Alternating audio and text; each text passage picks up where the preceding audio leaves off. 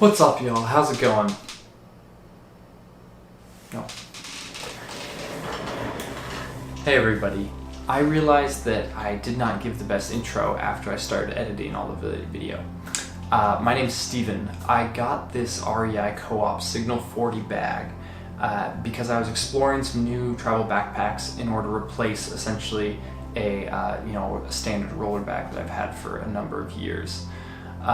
And I tried some travel backpacks before, and I really liked that world, that way of traveling, and the features that I saw on this one were really great. But you'll see that in the video. So thank you so much for watching, and enjoy. So the bag today that we're going to look at is the REI Co-op Signal 40. The reason I came across it was because I was looking for another travel bag, and in order to kind of test the waters, got a $50 Osprey Farpoint 40. And overall, I traveled once with it, really loaded it up. It worked pretty great. There's one point where we had to stand in a TSA line for a good 40 minutes or so, and it did get a bit heavy, and an issue with me is I'm 6'1", I've got a relatively long torso, I think, in proportion to everything, and the hip straps on it were kind of struggling to actually be on a place that was comfortable. I loaded up with some cubes. I had 5-6 days worth of clothes in it, and it worked. And I wasn't also a big fan of the exterior organization, interior organization. It didn't have a lot of methods of organizing things, and so I did use some packing cubes. Overall, it was a success, but I feel like there had to be ways that it could be improved. The regular price, I believe, was about $140, and I believe it was at a 25% discount, so it came out to be about $112 in total. Yeah, again, this is the black one. Okay, so overall, looking at this bag, it's fully loaded right now, which is why it's kind of got its heft to it. But it, again, is very aesthetically minimal. There's not a whole lot of hooks. The only things that are on here really on the outside are these sort of straps that we'll get into in a little bit. And then of course there's the backpack straps, shoulder straps, and then there's also a carrying bag or a shoulder bag style strap, all of which these can be detached and slipped away in order to be better for checking the bag. Compared to some other ones out there, it doesn't do a full cover, so this kind of like padded mesh that is better for breathability on your back when you have it on, that is going to be exposed. Additionally, the shoulder strap, it can be unhooked and actually stored in a Velcro sealed pocket down at the bottom, which I thought was pretty interesting. Make sure it's always easy access. And then additionally, there's also these handles on the top and side. There's not a handle on both sides, but these are pretty comfortable. They're pretty thick. They've just got some foam in them, and they are going to be, good if you just need to start carrying the bag.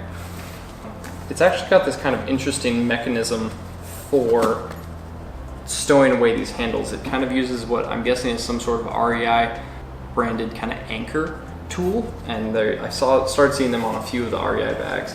But you just simply unhook it from the bottom and then slide it into the pocket like so. But you can see it's just a little bit like that. So again, it does leave this kind of exposed, and it's a little bumpy. It's not as clean as some of the other ones. Yeah, so in case you didn't notice that, it does have these little shoulder zips or shoulder pull tabs, just to get the weight better shifted onto your shoulder when you actually have it loaded. In addition to that, you have a couple exterior zip management pockets.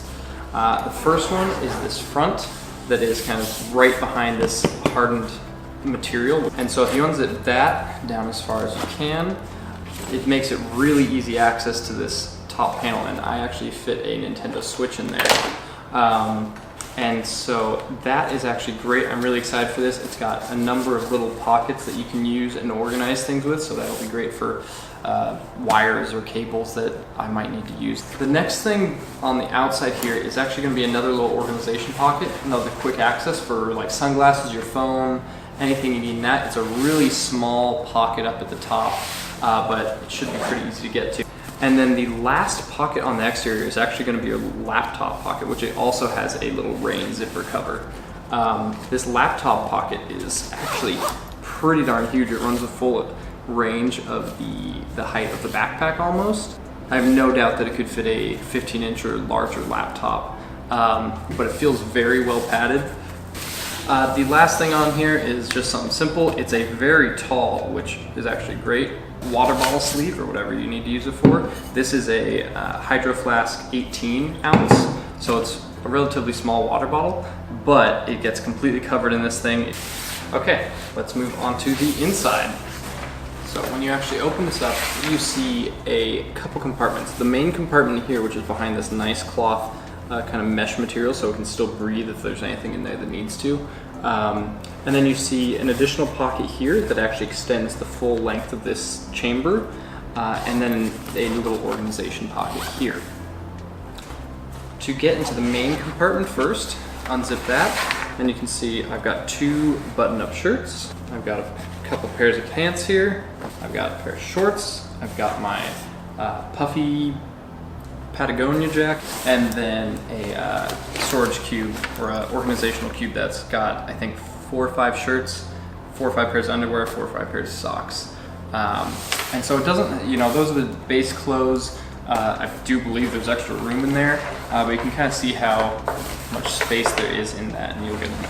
As for these other chambers, and I believe there's a good amount of, there's about an inch or 2 of room on this side of it, so if I want to pack this section, I think I really could.